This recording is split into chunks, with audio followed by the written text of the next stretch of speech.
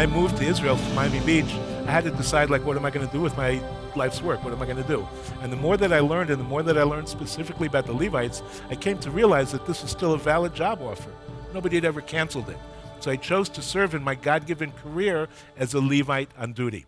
When I say that I research and restore ancient Israelite customs in preparation for rebuilding the temple, that also needs defining. Whatever we're familiar with as contemporary Jewish custom, normative Judaism, the way the Jews do things today, almost nothing that we do today in contemporary Judaism do we do the way that our ancestors did it. Let me give you an analogy that'll help you understand the nature of my work. Let's say that we have a couple that, God forbid, the husband's in a terrible accident. They put him in a full body cast, covers 93% of his body, just his foot is left outside of the cast. And the doctors come and they tell this poor couple, this guy's going to be like that for 2 whole years. So during those 2 years, his wife learns to care for him and love him through his foot. At the end of the 2 years, the doctors come and they remove the cast, and she continues only paying attention to his foot, ignoring the rest of him. In a sense, that's Judaism today, in case you're wondering where I was going with that. 2,000 years ago, when the Holy Temple was destroyed and we were exiled from our land, we lost the ability to fulfill 93% of our religious customs. The 7% of the commandments that we could pack into a suitcase, take with us in our wanderings in exile, that became the focal point for normative Judaism for the next 2,000 years, basically keeping the Sabbath and its related laws, the laws of kashrut, eating kosher, honoring your parents. But the other 93% of the customs that we can no longer perform for real because the temple had been destroyed and we were exiled from our land, those customs were reinstituted in the first century into a series of what we call in Hebrew zechers, remembrances, so that as we went out into exile, we'd be able to remember what our ancient customs were, so that when the generation arose that merited to return to the land of Israel, we'd remember how to restore our ancient customs. Let me give you a practical, for example. Book of Numbers, chapter 15, verses 37 to 41. God commands Moses to bid the children of Israel to put fringes on the corners of our garments throughout our generations. You guys are all familiar with the tallit, right? This group, you should all know what a tallit is, right? For the last 2,000 years, the way that we fulfilled the commandment of fringes has been by wrapping ourselves in a prayer shawl during the time of prayer.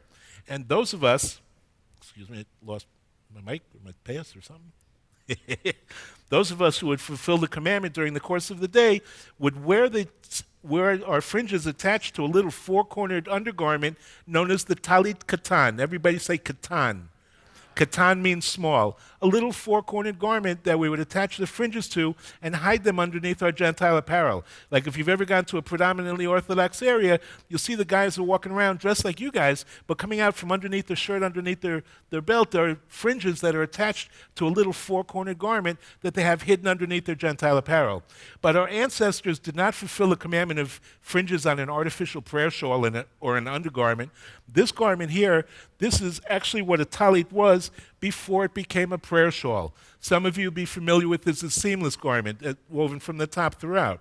Now you'll notice that there are 2 garments here. You have this white silky undergarment. This in Hebrew is called a chaluk. In Arabic it's called a jalabiyah or galabiyah. This was biblical underwear for the Middle East. Every man in the Middle East wore one of these long bell dress type of outfits. In fact, when you come to visit us in Israel and you visit our neighbors in Jordan and Egypt, a lot of the guys are still boogieing around in these long bell dress type of outfits. An Israelite would distinguish ourselves by the tallit that we wore over our chaluk. And this was the way that we actually fulfilled the commandment of fringes, Book of Numbers, chapter 15, verses 37 to 41.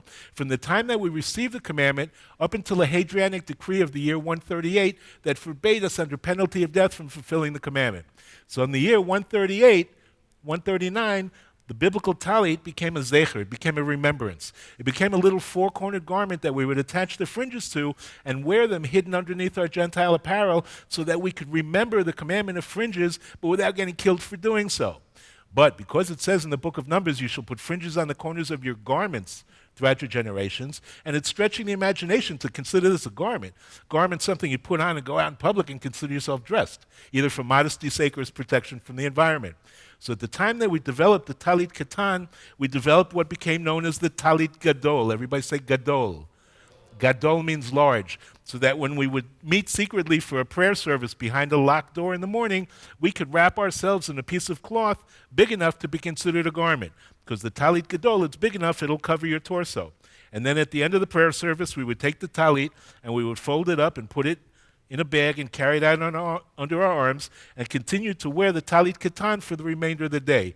But before there was an artificial prayer shawl and before there was an undergarment, this is actually what a tallit was.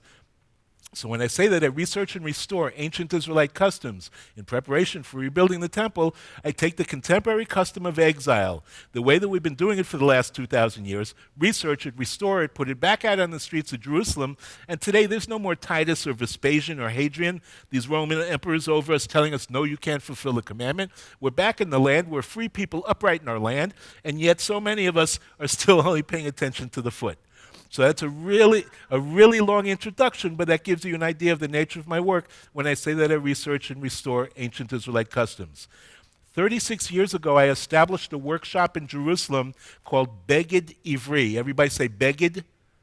Like B-E-G-E-D, Beged. Beged in Hebrew means garment, and Ivri means Hebrew or Israelite. So Beged Ivri means Hebrew garments or Israelite garments, biblical garments. For the last 36 years, my workshop in Jerusalem, which is basically me sitting behind a 40-year-old singer-song machine, has been producing a beautiful line of biblical garments for the modern Israelite so that those of us who return to the land, we can begin to dress and look like we live there. The black hats and the black coats that are associated with Orthodoxy, that's cute and it's nostalgic, but our ancestors did not fulfill the commandment of fringes on a rag hidden underneath Gentile apparel. We wore a tzitzit as a beautiful outer garment. Now, for the most part in Israel today, the guys wear pants wearing public, like all you guys are wearing slacks, pants, right? Some people are starting to go back to the chaluk, but it's really few and far between, and most of them are real nutcases, right? For the most, for the most part, in Israel, the guys wear pants wearing public. So I've made a modern adaptation of the biblical tallit. I call it a tunic. The garment that I'm wearing, it's open the majority of the way on the sides. That's why it comes with a sash so you're not flapping in the wind. And I make a beautiful line of tunics for all occasions. I have like super lightweight for these hot Florida days. I make medium weight, heavyweight for the colder months. I make a beautiful line of Damascus silks, for Shabbat, for holidays, or for weddings, or if you just have good taste, right? The Damascus tunics, they're really beautiful. They're actually becoming a rare commodity because they haven't produced material there in 6 years now because of the war. It's a shame. It'll take them a generation to get it back up and running. Anyway, beautiful tunics for all occasions. Now, you know that living in Israel, you're in the army now, right? You live in Israel, you're in the army. So I get inducted, I go to there, they give me my uniforms, and they expect me to fulfill the commandment of fringes on one of these dinky things hidden underneath my army uniforms. I'm Mr. Biblical Garments, right? So what did I do? I took all my army uniforms home, and I redesigned them into four-cornered garments. I sewed them closed in the front, opened them up on the sides, got a religious ruling that zippers are considered open even in the closed position. What did I do? I lost my ear? Did I lose my ear? On there? Okay, keeps going up and down. All right. I got a religious ruling that zippers are considered open even in the closed position. Got khaki-colored zippers so there wouldn't be a problem with camouflage. And redesigned all my army uniforms into four-cornered garments and tied fringes on the corners of my uniforms. They charged me with destroying army property. And at my trial, I said, destroyed it. I sanctified it. I make a bracha. I make a blessing on my uniform when I get dressed in the morning. They didn't laugh. They thought I was nuts. They threw me out of the army. They sent me packing, right? So I'm home for 11 days, right? And they called me up and asked me if I wouldn't mind please coming back and finishing my service. They already invested money in training me, right? Which I was happy to do. They ordered me to restore my uniforms to their previous condition. I ignored the order. They ignored me ignoring the order, and I mustered out as a sergeant with tzitzit on the corners of my uniforms, right? Tzitzit for all occasions. Excuse me.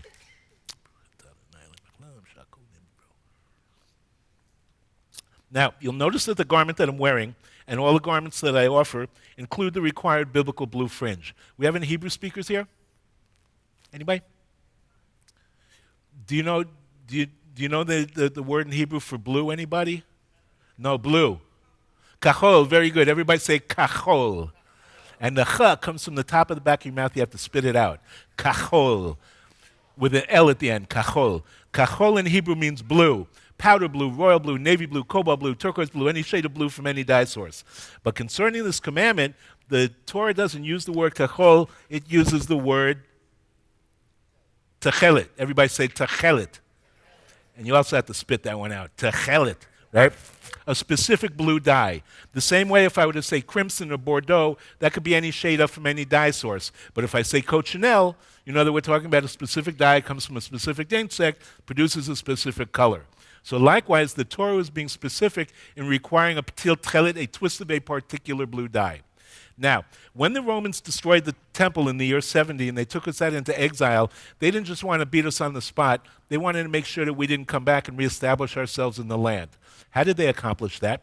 As they took us out into exile, they separated between generations. Keep in mind that up until the destruction of the Second Temple, our traditions were strictly an oral tradition. We passed our traditions down from father to son, from mother to daughter, from generation to generation. The Mishnah had not been written yet. The Talmud hadn't even been conceived of. We passed our traditions down orally from generation to generation. When the Romans took us out into exile, they separated between generations so that we wouldn't be able to pass our traditions down to the younger generation, so that younger generation would not maintain a longing to come back and reestablish themselves in the land. Because when you remove a people from their traditions, they lose their indigenous connection with their land. And we lost many of our traditions in the first century, one of which was, what was the dye source for the required biblical blue fringe? Now, our sages told us that the tallit, the required biblical blue, and I guess I'll start with you and it'll come around and come back up to you, right? Our sages taught us that the tallit, the required biblical blue fringe, came from a marine source as opposed to the plant world that they referred to as the chilazon. They didn't give us a Latin name to identify it by, but they gave us 11 different characteristics describing its body shape, its movement, its environment. And based on those 11 characteristics, in 1887, one of the great sages of Europe, Rabbi Gershon Henoch Leiner from the city of Radzin, left his village, went down to the Mediterranean, and spent 2 years researching every marine source that lives along the Mediterranean coastline until he came to the conclusion that he had positively re-identified the chilazon as a species of squid, Latin name Sepia officinalis. You all know what a squid is, right? Like a little octopus. It's got 8 tentacles, which correspond to the 8 fringes of the tzitzit. So Sepia officinalis has 2 blood sacs. It has its lifeblood and has a black blood that it uses as a camouflage when it's being chased in the water. It spritzes this ink into the water that creates a cloud that allows it to escape from its predator, which, by the way, is the function of tallit for mankind, because it says, "Urita moto," you shall see it and remember. It's like if I decided after driving 4.5 hours from Miami Beach to all the way to Brandon today, instead of coming here tonight and sharing words of Torah with you, I'd go find a local pub, do something stupid, go get drunk, and as I'm running to do something stupid, my tzitzit get caught in the car door, or they get caught in the bumper between cars as I'm running to do something dumb, right? And as I reach down to extract them, I see the tallit. I see the blue. And they ask in the Talmud, they ask, well, what color is tallit? They say, well, it resembles the sky. They go, yeah, but what color is that? They say, well, it resembles the sea. They go, yeah, but what color is that? They say, well, it resembles the sapphire. They go, yeah, but what color is that? They finally answer, it resembles the kisei hakavod, the holy throne of glory that God sits upon, is made of tallit. It's made of this blue.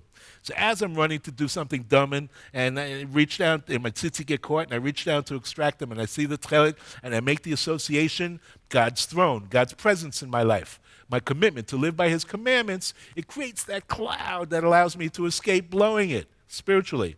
So the same way that the ink saves the physical life of the squid from its predator, tallit saves the spiritual life of mankind, as it says, "Urita moto," you shall see it and remember, and not run after your eyes and after your heart, which can lead you astray.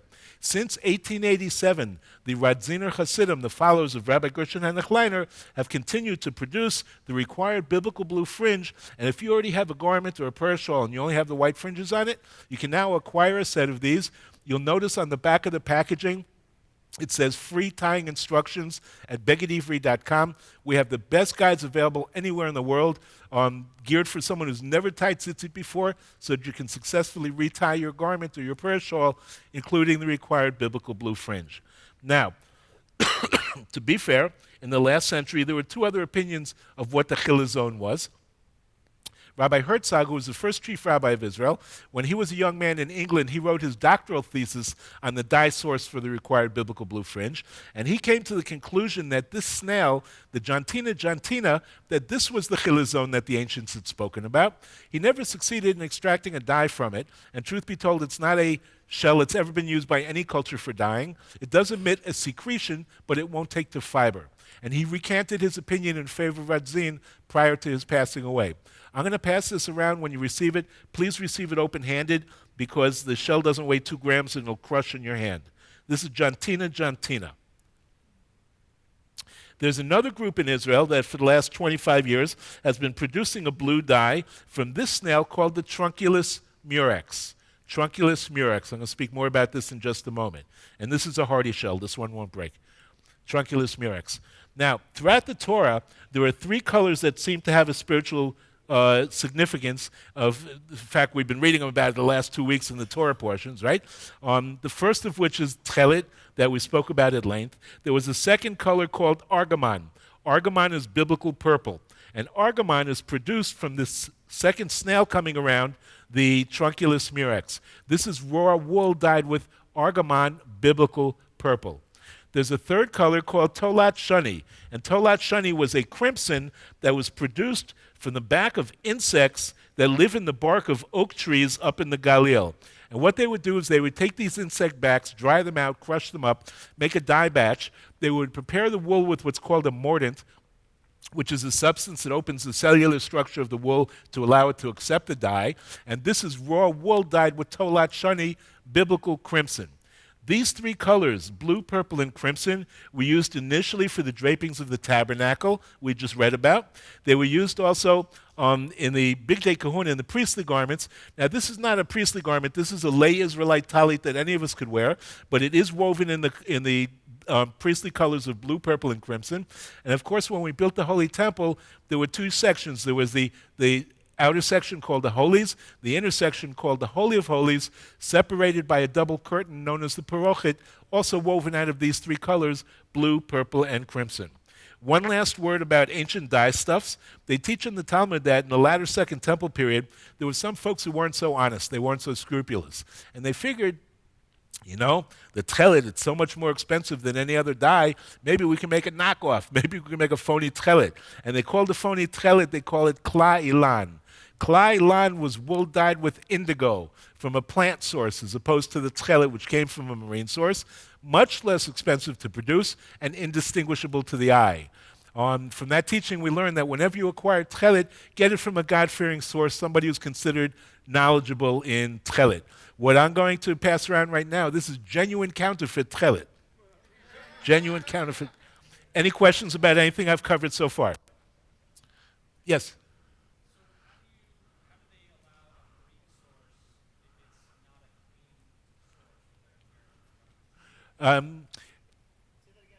He asked, how is it possible that we're allowed to use a source that is ritually impure? And you're one of the first people to ask that question correctly. Usually people go, it's not kosher. And then I get to use a laugh line saying, well, don't eat your tzitzit, right? I think you have to distinguish between the animal source and its secretion. In other words, like bees, right? Not allowed to eat bees and their tummy, but we can eat the honey that comes from it, right? It's not, you know, you have to distinguish between the goof, the body of the unclean source, and its byproduct. Any other? Yes.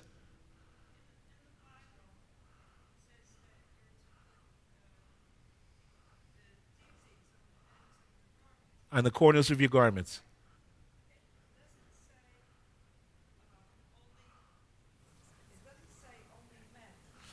So your question is, can women fulfill the commandment of fringes? That's your question? Thank you for asking that. Jewish law is very clear on the subject. Men are obligated and women are permitted. And anybody who teaches anything beyond that is just expressing chauvinism. If you went to any Orthodox rabbi and said, me as a woman, can I fulfill the commandment of tzitzit, of fringes? He'd make like a prune face and say, well, it's sort of a man's custom. But if you would remind him that King Saul's daughter, Michal, who married King David, she wore tzitzit. Bruria wore tzitzit. The commentators Rashi and Rambam, their wives and daughters, wore tzitzit. So if you went back to this rabbi and said, yeah, but what about Michal and what about Bruria? What about the wives and daughters of Rashi and Rambam? He'd say, well, those are exceptional women. But I think we realize today that all of you women are exceptional women, right? And you have us well-trained to boot, right? Bottom line is men are obligated, women are permitted. If you are going to fulfill the commandment of tzitzit as a woman, you do need to do it differently than the men in your community. Because tzitzit have to be tied onto the corners of a garment, and men and women can't wear the same garment. So if the guys traditionally have a wool tallis with black stripes, go for white stripes, something more feminine. I have a beautiful line of hand-painted silk tallises specifically made for women outside. I make a chiffon tallis a guy wouldn't be caught dead in, right? It's angelic on a woman. Yeah, I make it as part of the dress outfit. It's really beautiful, yeah.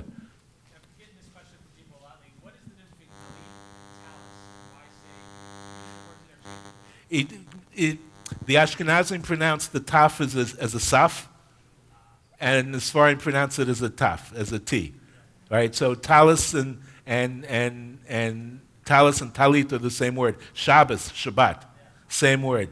The question is, right? You say in Hebrew talitot, but in Yiddishized, right? You say talesim, right? You know, talitot is feminine and talesim with a masculine ending. That's a question. Why is it talitot and talesim? Any other questions about anything I've covered so far? The second project that we took from thought to physical reality was to restore our ancient marriage ceremonies. You're all familiar with Jewish weddings? We get married, we stand under a chuppah. So let me show you how we really do it. On the day of our weddings, we crown our brides with a Jerusalem of gold bridal crown. It was a crown of gold depicting the walls of Jerusalem. And this is once again what our brides look like, crowned with the Jerusalem of gold bridal crown. Excuse me, known as Yerushalayim Shel Zahav, Jerusalem of gold. And you brides did not walk to your wedding, but rather you were carried like a queen on a royal wedding litter known as the Aperion, A-P-E-R-I-O-N. Biblical sources, the book Song of Songs, you might know the Song of Solomon, chapter 3, verses 9 and 10, where it describes the wedding litter made for King Solomon's wedding. Now, I don't know if King Solomon made 1,000 of these or used the same one 1,000 times. Little biblical humor there. But every bride in Israel was carried to her wedding on an aperion, and you were carried not to the chuppah, but rather to the chuppat chatanim, or the canopy of bridegrooms. You see this crimson dome? For the last 2,000 years, our chuppah was a flat cloth. Very often we used a tallis. We used a tallit, right?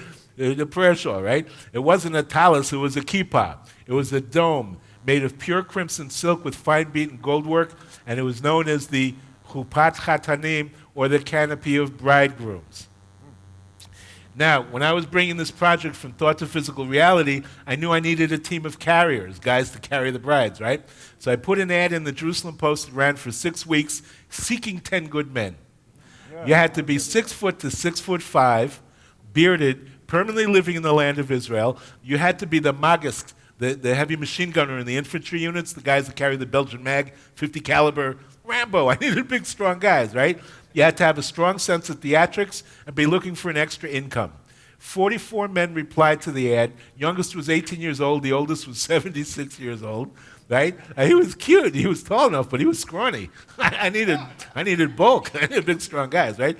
I chose 10 guys out of the 44, and see these guys in the blue and gold? These are Jerusalem's royal litter bearers. Now, for those of you who are already married, so you shouldn't feel left out, if you have a significant anniversary coming up, your 10th, 15th, 20th, 25th, 30th, 40th, 50th, you still love her, bring your bride to Jerusalem. That's just to see who's still listening. Bring your bride to Jerusalem. We will crown her with the Jerusalem of gold bridal crown, carry her through the streets of Jerusalem on a royal wedding litter to the accompaniment of shofar blowers and harpists, and we'll recreate a biblical wedding for your anniversary celebrations. Question? We charge for the biblical bridal entrance. We charge $1,500.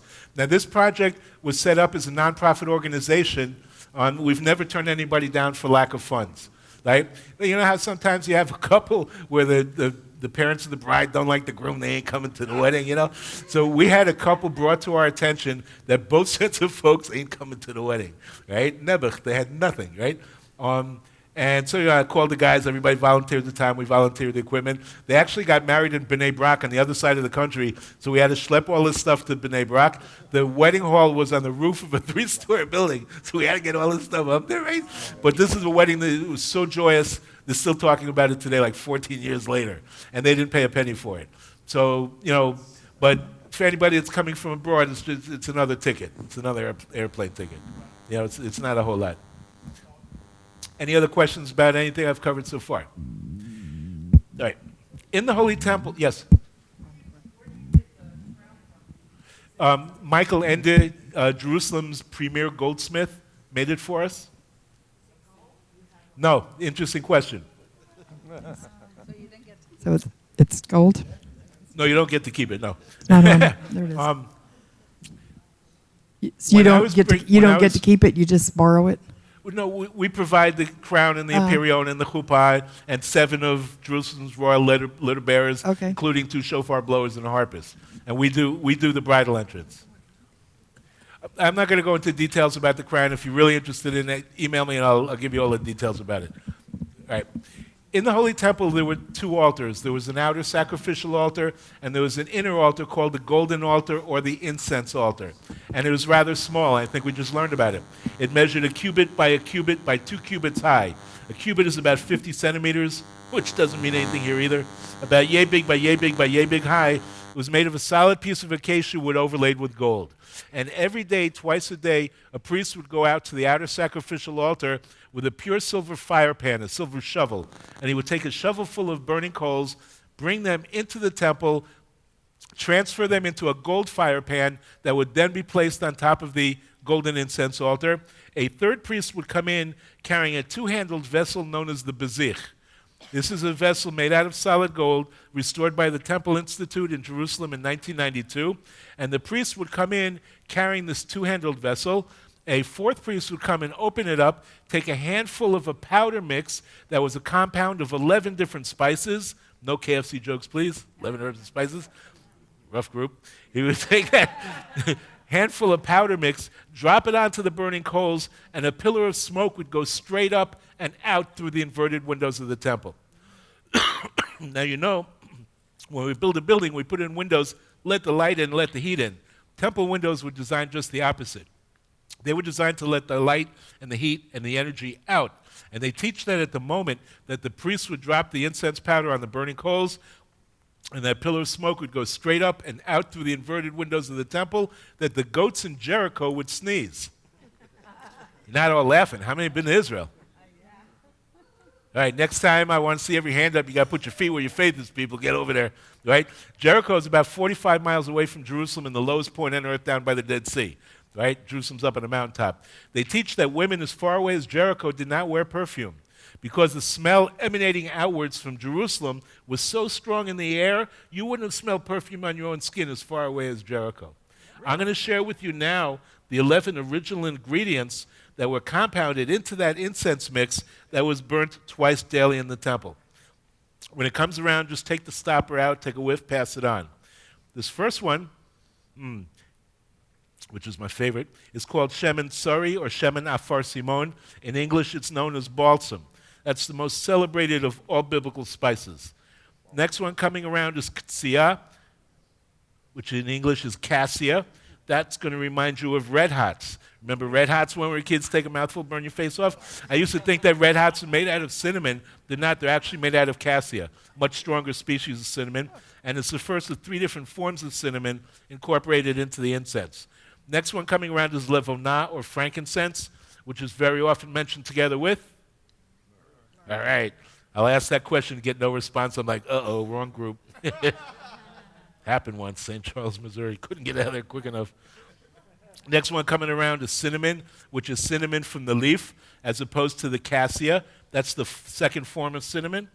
followed by shibolet nerd, spikenard. You have a verse, they wash his feet in spikenard. This is spikenard. Next one coming around, tziporin. In Israel is clove. Should I speak slower? That's followed by klufa. Klufa is aromatic bark, which is cinnamon from the bark, as opposed to cinnamon from the leaf, and as opposed to the cassia. This is the third and final form of cinnamon. Next one coming around, karkum, saffron. Very popular as a spice on chicken in Israel. Now, for those of you who have never attended my lecture before, this next one is a new smell that you've never smelled in your life. In Hebrew, it's called kosht. In English, it's called costus, C-O-S-T-U-S. And it cost us a fortune to find it. Where do you even begin looking for it? Right? Now, this last one is known as chelbana. In English, galbanum. This one doesn't smell good. This one comes to teach us that amongst every 11 of us, there's one who stinks, but you have to include him. Really. Thank you. All right. Can I continue while they're coming around? Yes. All right. There's a very strict biblical prohibition against preparing the incense in powder form according to specification for any use outside of the temple. And it's one of these lightning strike you dead out of the sky prohibitions. You're absolutely not allowed to do it. The reason we provide these as an essential oil is because as an essential oil, it is invalid for use in the temple. Has no use whatsoever, which allows us to use it outside of the temple, like we're doing now for educational purposes. And of course, we produce for those of us who are Sabbath observers, you know that we usher the Sabbath out with a blessing over fragrant spice. Most people just use cinnamon powder or clove. If you own a set of these, does the shul have a set of these? Right? You can go through all 11 of these. It'll add 5 minutes more to your Havdalah ceremony. And when you finish, take a whiff of the room. You'll have a little hint of what Jerusalem smells like during the time of the temple. Now, I want to get this right. You guys all know what the Jerusalem syndrome is? You all familiar with the Jerusalem syndrome? Anybody not? Okay, good. All right. The Jerusalem syndrome is a bona fide psychological disorder that affects 1 out of every thousands of people that comes to Jerusalem. That comes to Israel, they get to Jerusalem and they go God crazy, right? One of the reasons we provide these as an essential oil is because we're taught not to be a stumbling block before the blind. You have no idea how many times I've outfitted John the Baptist. You wake up in the morning in Jerusalem and you're now, King David, you end up at my door to get outfitted. Because I'm the only guy making biblical garments, right? So I didn't want to provide the ingredients of the incense in any form that could be brought down to powder. So if you wake up in the morning, you're now like the high priest, right?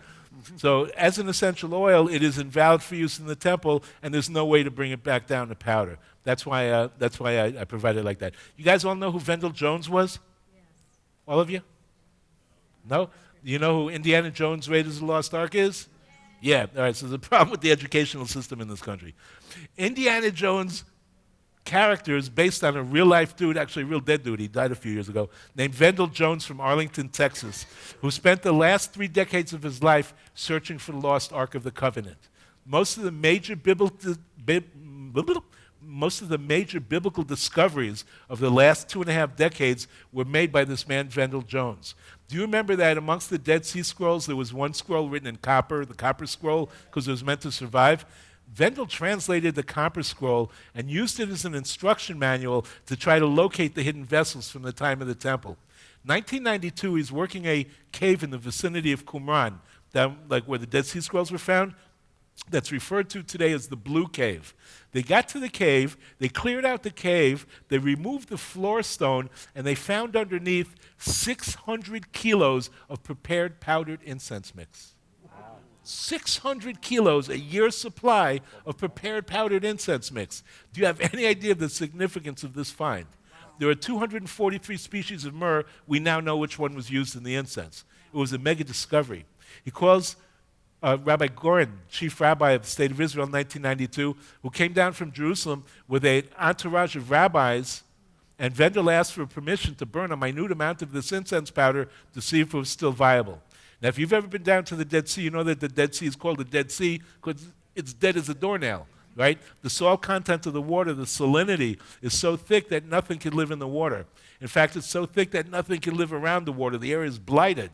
The only thing that can live down there are flies, like millions of them. You ever try to camp out at the Dead Sea, you got to bring netting, right? So the rabbis came to Vendel's campsite, and they burnt a fingernail's worth of this incense powder, and for the next 60 days, there was not a bug or a fly in their campsite. Turns out, besides being God's desired smell, it was a fumigation system. Don't tell Orkin, right? But we're taught that one of the miracles of the temple was with all the animal slaughter, all the sacrifice and stuff, there were no flies. It created the world's first no-fly zone. Any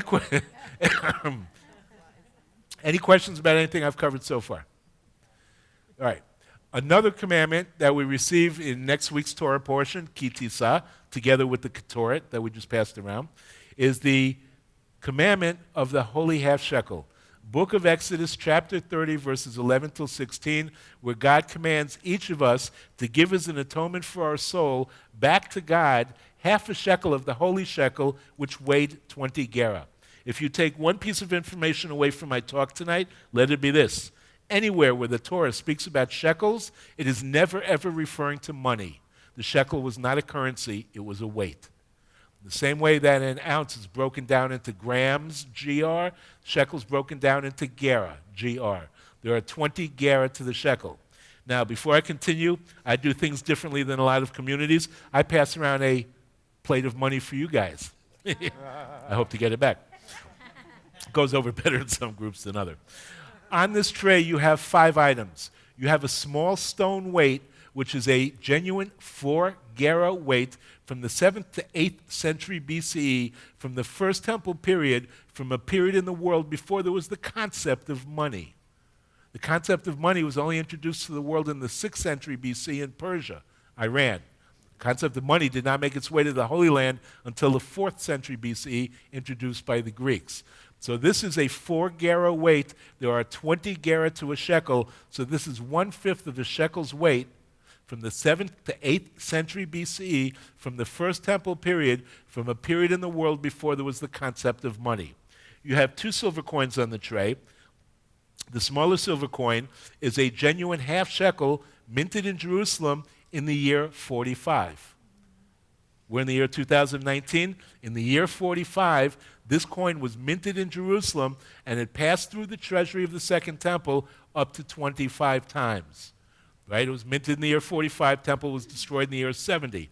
So it existed for 25 years prior to the destruction and was reused year after year to fulfill the commandment.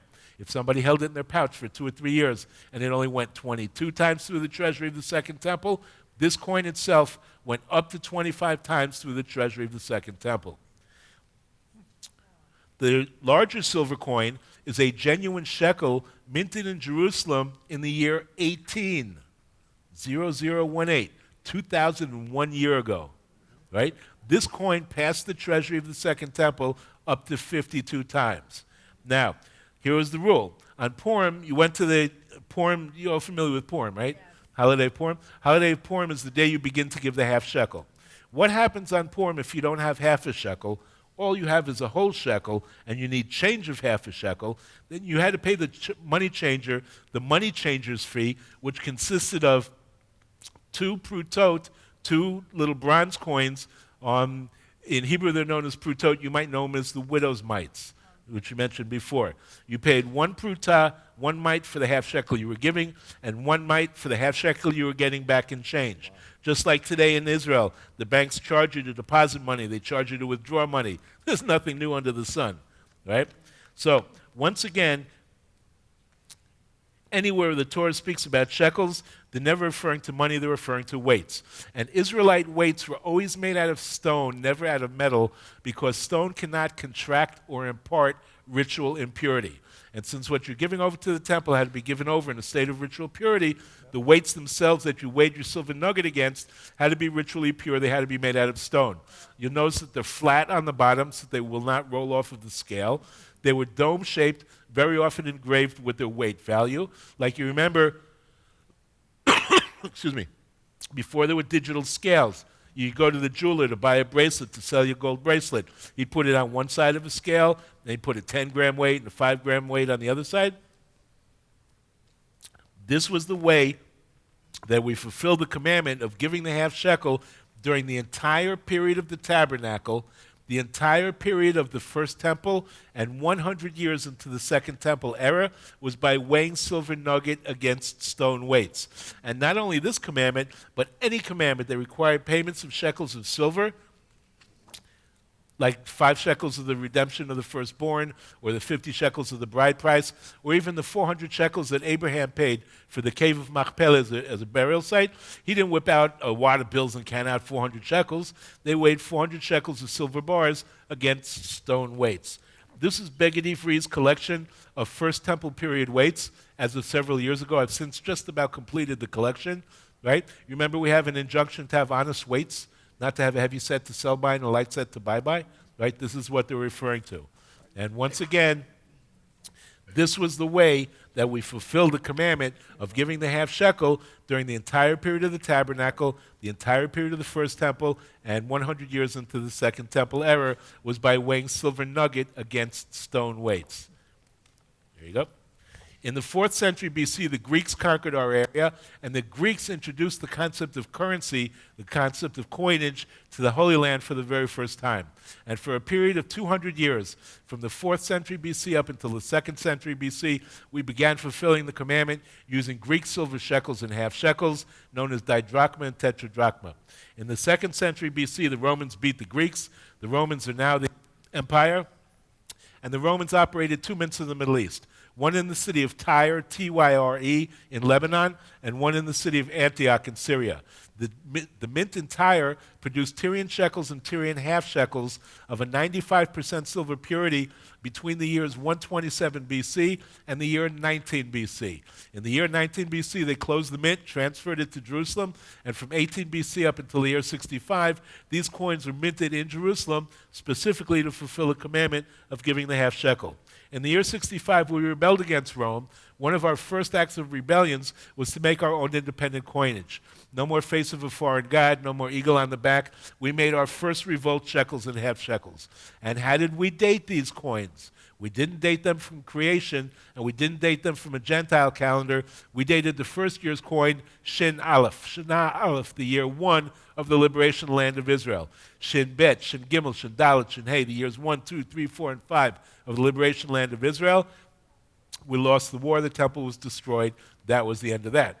Briefly under Bar Kokhba, we once again minted coins for 3 years, in the years 132, 133, 134, once again dating them, Shin Aleph, Shin Bet, Shin Gimel, the years 1, 2, and 3 of the liberation land of Israel, and that was the end of the history of the half shekel for the next close to 2,000 years. We're going to jump ahead to Purim of 1996. What happened on Purim of 1996?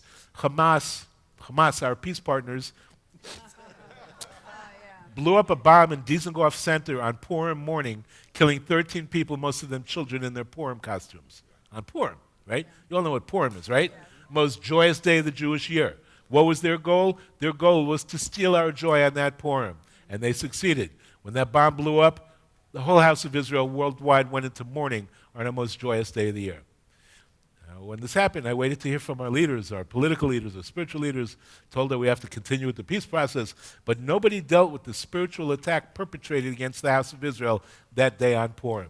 Now, when you're facing a situation like that, we're given the Bible to look into for answers, right? We find in the book of 2 Chronicles that during the days of King Joash, you might know him as Joash, you know what I'm referring to? During the days of King Joash, the spirit of the people was particularly low. The temple had fallen into disrepair. People had stopped coming up to Jerusalem for the pilgrimage festivals, and King Joash was minded to raise the spirit of the people of his day. How did he choose to do that? He turned to the Levites and he said, go out and restore the custom of giving the holy half shekel. And for the first time in my ancestors' history, we blew it. We didn't act. He calls in Yehoiada, the high priest of that year, yells at him. I told Levi to restore the half shekel, get to it, go do it. And they did. And everybody gave in the half shekel. And what do we read in the text? Vayismachu kol hasarim v'kol ha'am. And all of the government ministers and all of the people rejoiced, which comes to teach us, if you want to restore rejoicing to the house of Israel, the way you do that is by restoring the custom of giving the holy half shekel. 1 year to the day of the bombing, Purim of 1997, the first pure silver holy half shekel in 1,927 years hit the streets of Jerusalem. And if it was their goal to steal our joy on that Purim, we're going to restore it 10,000-fold by restoring the custom of giving the holy half shekel.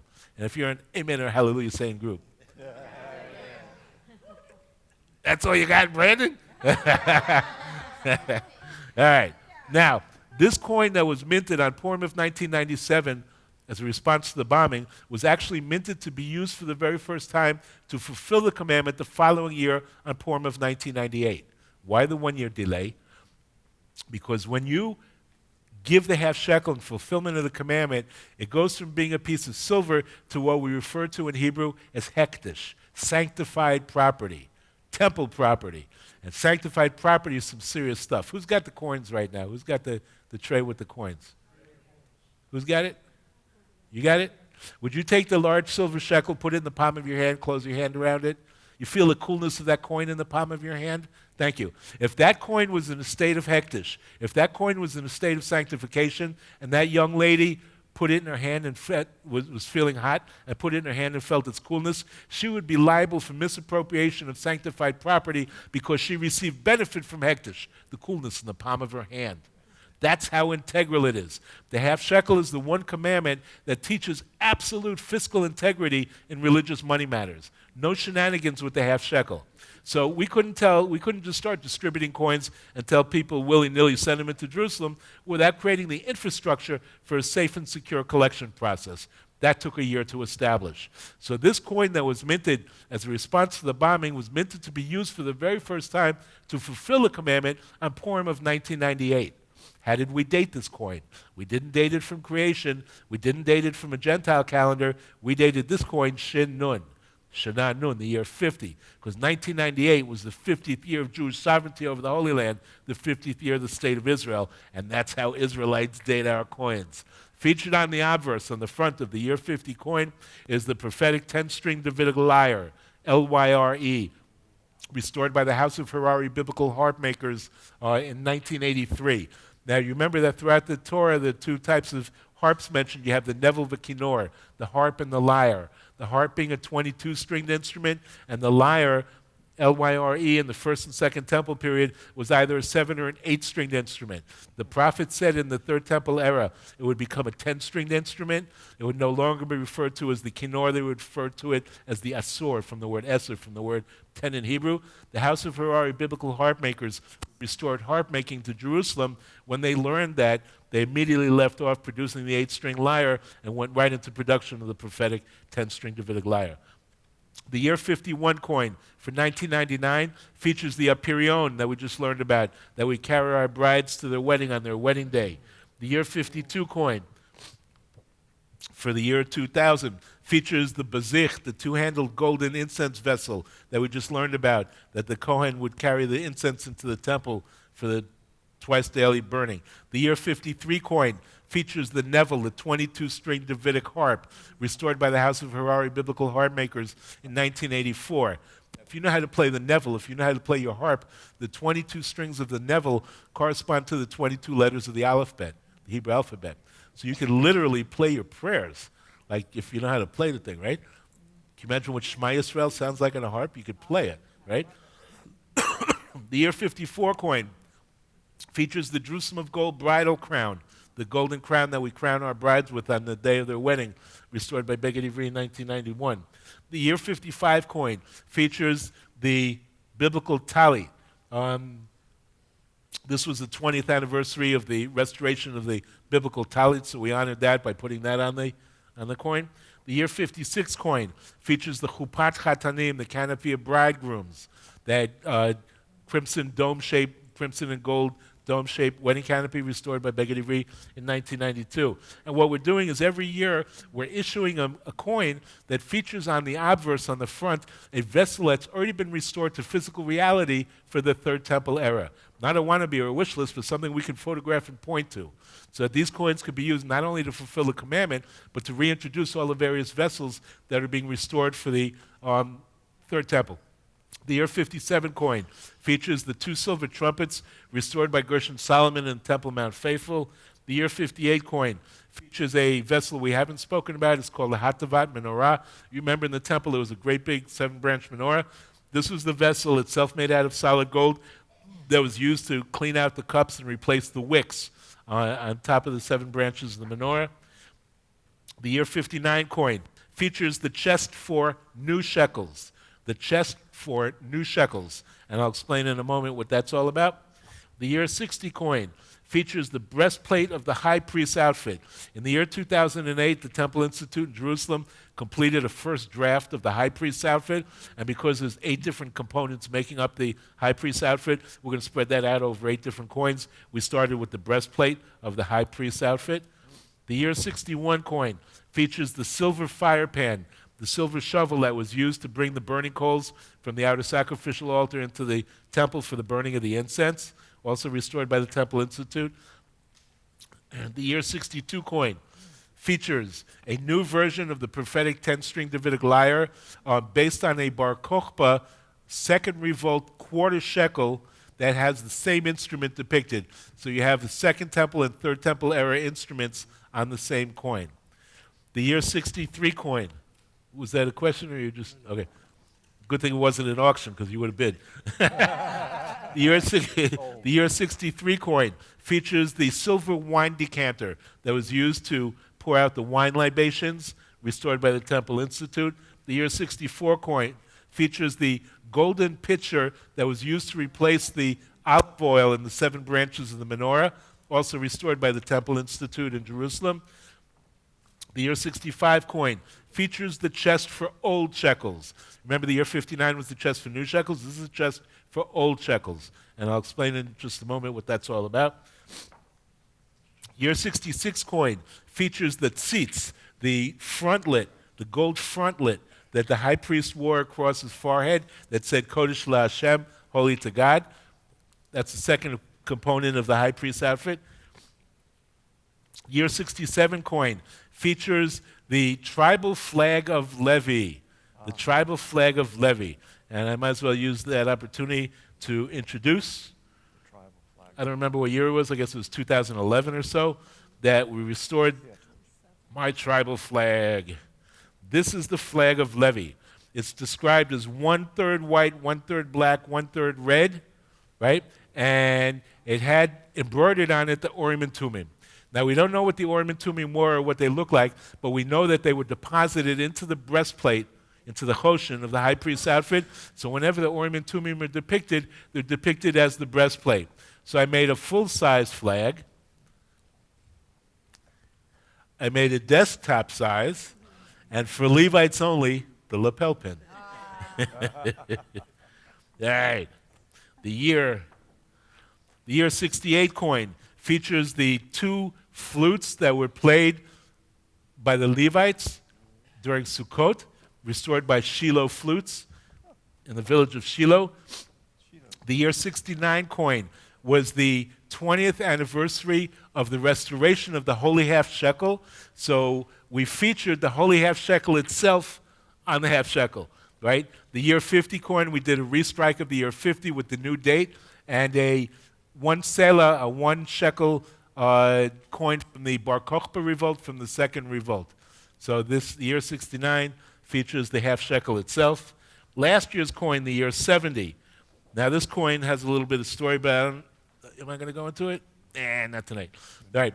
Yeah, I guess I will. All right. Last year's coin, the year 70, features the golden menorah that was restored by the Temple Institute. And there's a story, right? With Jews, there's always a story, right? When I started minting coins in Jerusalem, I started working with an old-time craftsman named Mr. Kretschmer, Kretschmer and Sons. and he minted the first 6 or 7 years worth of coins, and then he passed away. So I had to find a new mint. So I found a mint in Tel Aviv called Hecht metals.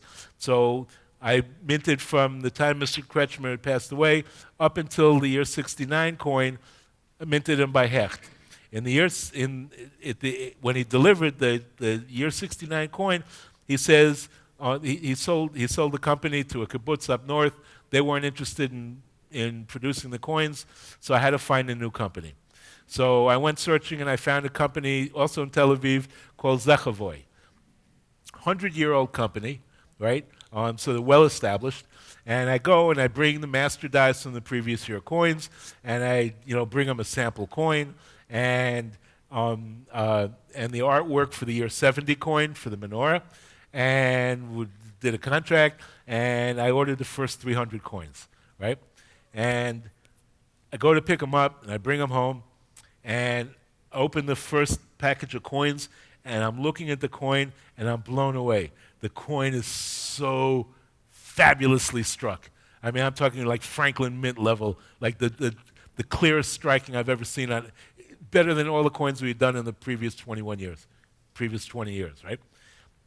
Now, I started, I don't know if you know this or if your dad knows this, but I started writing a book on the shekel. It's up to 1,053 pages. It's a comprehensive catalog of everything shekel, right? And so one of the chapters is the restored holy half-shekel. So as soon as the first thing, I started packaging the coins, right? And then I said, I can't wait anymore. So I went and I opened the computer, and I did the scan of the front, scan of the back, set up the page, put all the information on, dropped the coin on the scale, and my heart sunk, right? The coin has to weigh 7.776 grams of 999 fine silver. Has to be a certain amount of silver. They got the size of the coin right, but they cut the planchet too thin, right? And it came out at 3.04 grams, 3/4 of a gram light. And I'm like, egads, right? I'm stuck with 300 coins that you cannot use to fulfill the commandment. I can't even sell them, right? It's like, what am I? And I'm leaving in a week for America for my tour, for my winter tour, right? Because I introduced the coins on the winter tour, right? I call them up, explain the problem, and I said, we have two choices. Either I bring you back the 300 coins, melt them, cut, new plateau, cut new,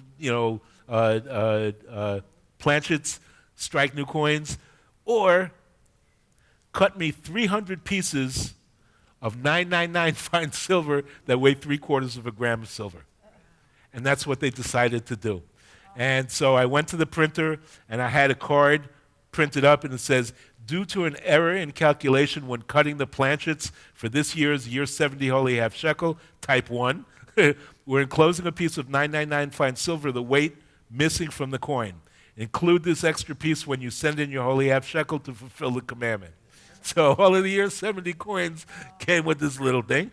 And this is the year 70 type 2, right? It has a little bet here to signify it's a type 2 coin, and this has the required amount of weight, right? It turned out to be a teachable moment, right?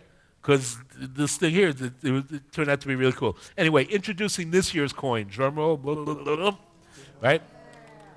This year's coin for the year 71 features the tunic, right? Which I had never put on a coin. I needed the tunic, right? It's 35th year of the tunic, So what I did is, in preparing the artwork for this, I did a sketch of a tunic, and I brought it to the mint, right?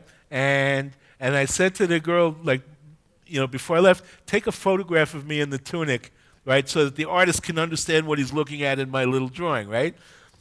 What they decide to do, instead of using my drawing, they cut off my head and my hands, right? And they made a tunic, but with this big belly, right? I said, you can't do that, right? So they computer generated, they got rid of the belly, but you can see me in the coin, right? Like anybody who knows me, you can see me in the coin, right? So this is this year's coin, and what the reverse, because this is the year 71, right? It was suggested to me that the Sanhedrin of 71 members would be a fitting reverse for the coin. So we have the tunic on the front and the Sanhedrin, the way the Sanhedrin was seated on the back. That's this year's coin. Isn't that a funny story? You should see that. I look like I'm 8 months pregnant in the thing, you know? I mean, bad enough I look like that anyway, right? But to see it on the coin was crazy, right? Now, this is a year 50 coin, but it has a different reverse. Anybody recognize this? Very good. It's the logo of the Israel Defense Forces. Why are we making a parallel series of coins with a reverse of the Israel Defense Forces? Because the half shekel was and is primarily a soldier's commandment, right? Every commandment in the Torah we begin to fulfill as responsible adults. The girls' bat mitzvah age, 12. Boys' bar mitzvah age, 13. What age do we begin to give the half shekel? The age of 20. Why the age of 20? Because the age of 20 was the age of induction into the army in the time of the Bible, right? It's the only commandment in the entire Torah that begins at the age of 20. We set up a program, it's already about 10 years ago, called Machatzit Shekel L'Chayal, half a shekel for a soldier, right? You guys can now sponsor soldiers in the Israel Defense Forces, right? We're sitting here in Brandon, Florida, and we hear every day, even today, a soldier was injured, right? We hear about the young men and women defending the state of Israel, and your hearts go out to these young people. You want to do something for them. What can you practically do from Brandon, Florida to help a soldier in the Israel Defense Forces? One thing you can do is you go to www.pizza, IDF, pizza like a pizza pie, idf.org, and a piping hot large pizza and ice cold 2-liter cola will be delivered to a group of soldiers at a roadside checkpoint somewhere in Israel. And they really deliver, right? The guy who runs it is an Australian immigrant named Menachem Kucher, and he's actually one of the biggest pizza purveyors in Israel today, right? It's amazing. You remember in the Second Lebanese War, 2006, they forgot to bring food for the soldiers, right? PizzaIDF.org delivered over 11,000 pizzas into Lebanon to feed the soldiers, right? So you can sponsor their bellies, make them big and fat like me, or now you can sponsor their souls. You buy a coin, we hand it to a soldier for free so that they can fulfill the commandment, the soldier's commandment of giving the holy half shekel. You can sponsor one soldier or 5 soldiers. As a community, you can sponsor an entire army base. You buy the coins, we hand them to the soldiers for free, and you get a confirmation email on the day that your coin is delivered into the hands of the soldiers. Now, buying the coins is not fulfilling the commandment. Giving the coins is fulfilling the commandment. How do you give the half shekel? Excuse me. In the temple, there were 13 chests for the collection of funds. 2 of those chests were specifically for shekels. One chest was called new shekels, and one chest was called old shekels. The chest for new shekels is the chest that you deposit this year's coin into.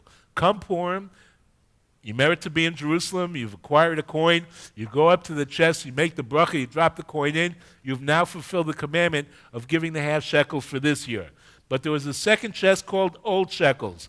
What is old shekels all about? Old shekels were for makeup years. For years in the past that you had not had a chance to fulfill the commandment, you can make up for those years by depositing coins into the chest for old shekels. 1998, the first year I gave a half shekel, I was 39 years old, which means from the age of 20 to 38, I hadn't fulfilled the commandment. When we made and dedicated and gave over the chest for old shekels, I deposited 19 coins into that chest, counting out my ages, 20, 21, all the way up to 38, bought back all of the years in the past that I had not had the opportunity to fulfill a commandment, and every year hereafter, 1 coin goes into the chest for new shekels. What is the spiritual message of the holy half shekel? What's the holy half shekel really all about? We're taught concerning this commandment that the rich shall not give more and the poor shall not give less. We're going to read it in Shabbos coming up, right? It says, everybody shall give as an atonement for the soul back to God, half a shekel of the holy shekel, which weighed 20 gera. The rich shall not give more, the poor shall not give less. Now, the first thing that comes to mind when you hear that is rich and poor in pocket. Right? The rich people who give the most money to the synagogue or the church, they get the reserved seats with the name taggy things up, right? And the poor people are left standing in the back, right? Very often in Jerusalem, us religious characters have a tendency to consider ourselves spiritually wealthy, and we look upon secular and non-observant people as being spiritually poor. The half shekel comes to teach us that that person who is so far from God in his own eyes, and I say in his own eyes because none of us are far from God, we're a breath away, right? But that person who in his own mind is so far from God, he'll only check in for like a nanosecond between bites of a bacon cheeseburger on Yom Kippur kind of guy, right? That person is at least half a shekel. And the biggest Rebbe in the biggest Rebbe's chair is only half a shekel. We're taught that the second temple was destroyed because of baseless hatred. What is baseless hatred? It's when I consider myself a whole shekel and you're not worth a widow's mite. Right? Equals cannot hate equals. You can only hate somebody that you think is worth less than you. If you acknowledge that the person opposite you is at least a half a shekel and you're only half a shekel, you can't hate each other. That is the spiritual message of the holy half shekel, that the rich shall not give more and the poor shall not give less. Now, normally I conclude with this last teaching, but I have one more thing to share, and then if time willing, I have something I've never shared ever in any of my lectures. Right? The first Rosh Hashanah, after like 1998, when we first started the half shekel thing, 5 minutes after Rosh Hashanah, after Jewish New Year's, I get a phone call from a young rabbi. His name is Yachad Witt. He calls me. He's all out of breath. He goes, Reuven. He goes, you're not going to believe it. He was right. I didn't believe him. He comes to me the next day with a book that he had been learning over the holiday. It's called Orchot Chaim, The Ways of Life. It's a compendium of teachings of a 10th century commentator that we refer to as the Rosh. Right? And he wrote 1,000 years ago, you shall not diminish from giving less than half a shekel every year at one time. In other words, you can't fulfill this commandment by giving a quarter shekel now and a quarter shekel next month. You have to give every year in one shot half a shekel. So you know how Jewish texts work. You have the text, then you have the commentary on the text, then you have the commentary on the commentary of the text, and the commentary on the commentary on the commentary of the text. Jewish stuff, right? This first commentator that we refer to as the Tosafos Yom Tov, he wrote some 367 years ago. He wrote, based on the text, he writes, Machatzi shekel b'kol shana, half a shekel every year. What's he referring to? And his answer, with that, which I have highlighted in orange, and in the text itself is in parentheses, which is unusual, he answers, Shu b'shavi chetzi Prager kesef. It's the equivalent of Prager silver half shekel. Which means nothing in Hebrew. But my name is Reuven Prager, and I just restored the half shekel the year before. This young rabbi goes, what do you think this means? And I'm looking at it, and I was like, well, obviously, right? He goes, what do you think it really means, right? So I wrote to my mom, I said, Mom, we found a rabbi who defines the half shekel as being the equivalent of Prager silver half shekel. She goes, great, get his mailing list. Any questions about anything I've covered so far? Cool. Yep. Are you associated with the Temple Institute? Do you work? My work is parallel, and we work. I need something of theirs; they need something of mine. The basic difference between our work is this: everything that the Temple Institute restores sits behind glass until the temple's rebuilt when it can be used. Whereas the things that I'm restoring are things that you can incorporate into your day-to-day observance that will put you 1 foot into the Third Temple era. It's parallel. They're responsible for what they're restoring, I'm responsible for what I'm restoring, and all the other groups that are also working towards are all responsible, like each one of us has found our niche. When did you get started in restoring them? In 1983, which is exactly what I was going to get into, which is the same year the Temple Institute. I was at your apartment in 1994. I was there 11 years doing it. It's interesting. Begedy Free started in 1983. The Temple Institute started in 1983. Harari Harp started in 1983. None of us knew each other, right? It was like something sprinkled, this dust over Jerusalem, and those of us that had our tongues out, we got a dose of it. And as we started to produce things and articles were written about them, we began to network because we found each other. Yes. What do you know is the status of the Third Temple? Say it again. What is the status of the Third Temple? The physical building? Yes. Nothing. You know nothing? No, I know there is nothing. The physical step. Stone upon stone is the last step. Stone upon stone is the last thing that we will do to build the temple.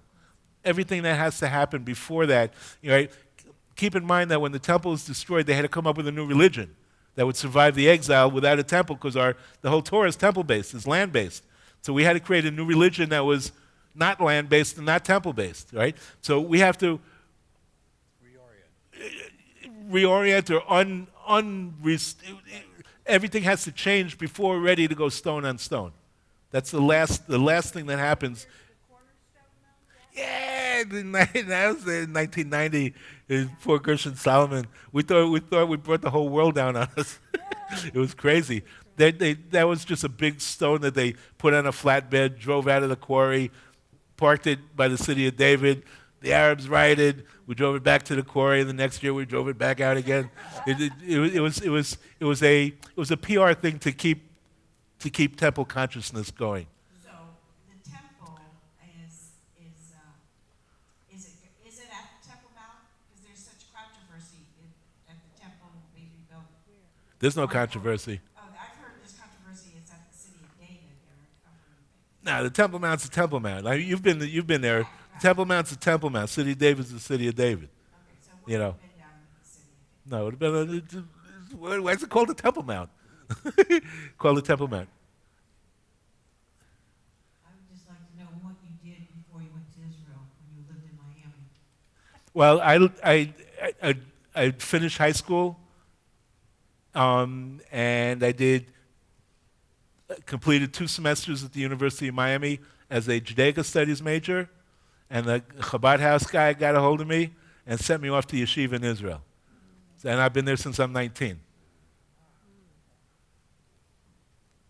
Cool. Let me share this last thing with you, and then I want to share something cool with you. What? I always wondered about this because I don't have the exact text in front of me, but One second. We're gonna get you a mic so that it can be recorded.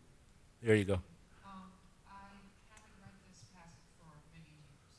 It's been a while since I've been in that part of the Bible, but I remember reading, I guess it was the half-shekel, but I remember reading something in the Bible where the text says that you give money to the temple and it's for atonement.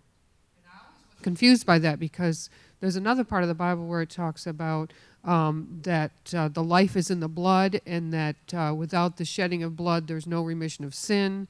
So I think of atonement as remission of sin. So I never understood the connection between money or a coin, the half shekel, with atonement, because to me, I always associate atonement with blood, blood sacrifice. So I never understood. Am I right that that's what I read? That a half shekel is associated somehow with the word atonement or something? Absolutely. You'll read it in the Give Torah it for portion atonement or something? on Friday, on Saturday, and Shabbos. You're going to read it, right? Okay. The half shekel is everybody shall give as an atonement for their soul Yeah. back to God, half a shekel of the holy Yeah. shekel, which weighed 20 gera. It opens up the sentence with that. Yeah, I never understood. That always confused me because, you know what I mean? I don't understand. You ask your pastor. It's in the Bible. But I never understood it. But Okay. can we not? Talk about that now. Yeah. Okay, no problem. I appreciate that. All right, this last thing I want to share with you. Before I undertake restoring a project, something that's been dead for so many thousands of years, I literally need to own the knowledge of what I'm talking about, right? So that when the detractors come at you and go, oh, you did this wrong or something like that, I know what I'm talking about. Like before we produced our first half shekel, I owned an entire series of weights from the tabernacle first temple period, a whole series of coins from the second temple era. I literally owned the knowledge of what I was talking about. One of the projects that I've wanted to do for over 30 years was to create a biblically correct calendar for the Third Temple era, right? And it's a project that, like all my other projects, whenever I found information about it, I would put it in the file cabinet, open the file, put it in there. 30 years, all right, I'm learning about the calendar. I could never get my head around it. I never owned the knowledge of the calendar like I do the half shekel, right? I couldn't get my head around it. So my studies, right, like I've completed the Babylonian Talmud, and I'm 2/3 of the way through the Yerushalmi, the Jerusalem Talmud, and what I do is I order the next tractate, have it delivered to my parents' house in Miami, so when I come in for my tour, I have a new tractate. So a year ago, the tractate of the Jerusalem Talmud that I had acquired was Rosh Hashanah, New Year's, right? And I get to Miami on a Wednesday. The flights Tel Aviv, Miami, Tel Aviv are Wednesdays. I get on Wednesday. I open my mail, get my new tractate Rosh Hashanah. Thursday morning, I go to the backyard. We live on Point Lake, beautiful, like perfect setting, right? And I open up the Talmud and I read the first line of the first Mishnah of the first tractate of the first chapter. Pwach, I got the entire thing. Came to you in a flash, right? The King's Calendar, Luach HaMelech, the first biblically correct calendar ever produced for the Third Temple era. Jewish calendars are from Tishrei to Elul, right? They start in September, right? But what month is Tishrei? Right? What's the first month?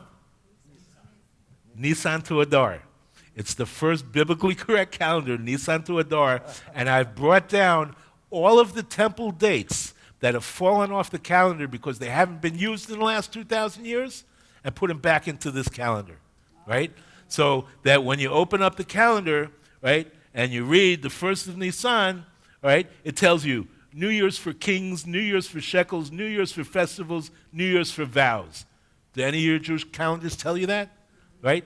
The entire calendar is like that, right? Mind-blowing, right? So we're now in the month of Adar. This year there's 2 Adars, right?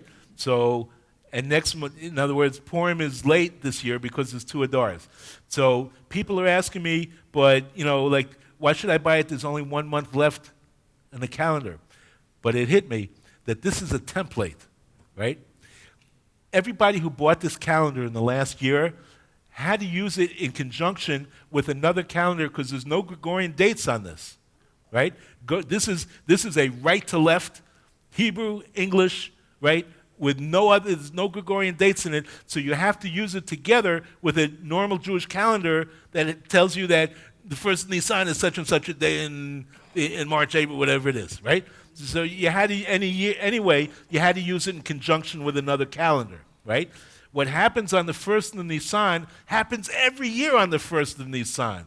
It's a template, right? Monday, Tuesday, Wednesday won't jive, right? I also happen to bring down whether or not the month is Meiser Oni or Meiser Sheni, if it's second tithe or if it's poor tithe, and what year of the Shemitah. That won't jive. But the first of Nisan is always the first of Nisan. And every date that I brought down that this happens on this Hebrew date will always be that no matter what year it is, whether or not it jives. I don't have the finances to come up with a calendar every year. I decided that, God willing, Shemitah, year 74, I'll produce another one, right? But in the meantime, it's still good as a template, right? And then I'm thinking about templates. And this is what I want to share with you, and this is something I've never shared with any group before. So I don't know how it's going to go over, right? All the work I've done in the last 36 years has been a template, right? I'm doing my work for 36 years. I live on the 6th floor. You've been to my apartment. 6th floor overlooking Machne Yehuda Shuk, right? 10 million people a day cross in front of my building, right? And I look out on my balcony, and I see 36 years, and people are walking around dressed in Beged Ivri. And I'm like, I'm universally ignored, right? Institutionally ignored. I've got thousands and thousands of individual clients. You have no idea how many Beged Ivri outfits are out there, but people won't wear them in public because they don't have the codes. They'll go to shul, right, and then they'll change it to Beged Ivri before they sit at the Shabbos table, right? And so and I wondered, like, I haven't made such an impact, but I haven't, and I realized that my work has been a template, right? When the time is right for everybody to be giving the half shekel, I mean, we're talking about a market of 20 million coins a year. I'm moving less than 1,000 coins a year, right? When it's time that everybody's doing it, everything's been done already. right? I think, how do I start this? I moved to Israel in 1977. Spent 2 years in yeshiva. I got married at the age of 20 in Kfar Chabad. 400 yeshiva kids at the wedding, because my bride was from a girls' yeshiva. I had been to 2 different yeshivas. What a simcha! And I was black hat, long black coat. We had a dozen guests for Shabbos every week and stuff like that. And I thought, the headset of the yeshiva world, she'll work, I'll study Torah, it'll be a little old couple, Orthodox couple, kind of thing. We were married for 3 years. We had 3 children. And I buried my first and my third. And I gave my wife back to her mother. She hated me. She called me a hippie in a black hat.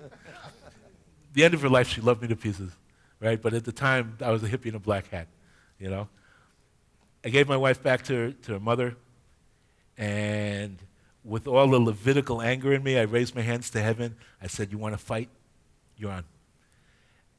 Everything that I had learned, we've been taught that everything can be found in the Torah. Everything, right? We're taught that the story is that will come from the 4 corners of the earth, will be sovereign in Jerusalem, the temple will be rebuilt, it'll usher in the redemption, right? And we're taught that the Torah was given into the hands of man, not to the angels. If those 3 things are true, and I hold them to be true, then the how to bring us from present circumstance to rebuilding the temple has got to be in there somewhere. And I dedicated my life on that day to finding the how. The next morning I went and changed my status to a citizen, because I've been playing like the yeshiva game, new passport, civil irresponsibility, right? Went, changed my status to a citizen the next day, which started, the countdown to going into the army, right? And if you want to have a right to open your mouth in Israel, you have to have eaten the same thing everybody else does in the army, right? And I went looking for the how. And I redid all my studies. I spent 5 months under a fig tree next to a cave on the other side of East Talpiot, and I did the entire Mishnah, 6 volumes in 5 months, right? To the extent that, the laws of Tuma and Tara, like a ritual purity and impurity, if there's a tree branch, and underneath that tree branch, lying directly under that tree branch is a dead reptile or a dead insect or something, and you walk under that tree branch, don't touch the reptile, but walk under the tree branch, you walk through an invisible wall of Tuma, because it's a tent kind of thing. That's how a word, you want to go to a different plane, read the Mishnah in 5 months, cover to cover. It'll put you there. You'll be there, right? And as soon as I started talking about the temple to anybody, it didn't matter, Jew, Gentile, I got 2 reactions, right? Within the first 30 seconds. What are you going to do, blow up the mosque? What are you going to do, restore animal sacrifices? And I realized early on that if we're going to take this idea any further than that, right, we have to create a space where people can deal with it, right? At the same time, I met an actress, a young lady she was theater. I got a sense of theater from her. But theater is artificial. It's in a box, right? You got a stage, you got the characters, you got the audience, but it's in a box. Expand it, right? Let Jerusalem be your stage. Let the inhabitants of Jerusalem be your characters, and let the world be your audience, right? Now, if you go to a Shakespearean play and the guys are in blue jeans and T-shirts, it doesn't create a plausible atmosphere, right? But if you come to Jerusalem and you see people walking around in Beged Ivri, it creates a plausible atmosphere, right? Beged Ivri was the costuming. Set, talk about set. Seeing a bride crowned with the Jerusalem of gold bridal crown carried through the streets of Jerusalem on a royal wedding litter, right? To the accompaniment of shofar blowers and harpists, right? That's high set, right? Doesn't get any higher than that, right? And it's allowed me over the last 36 years, right, to have stop counting after 8,000 or 9,000 articles, newspapers, magazines, books, chapters written about the work. People that would never utter the words as preparations are being made to rebuild the temple. Hadassah magazine wrote it. As preparations are being made to rebuild the temple. One Jerusalem artist, blah, blah, blah, blah, blah. Hadassah magazine would never utter those words, right? I've created the template. I found the how. I found the how. And what I leave behind me, that's the template. Thank you so much.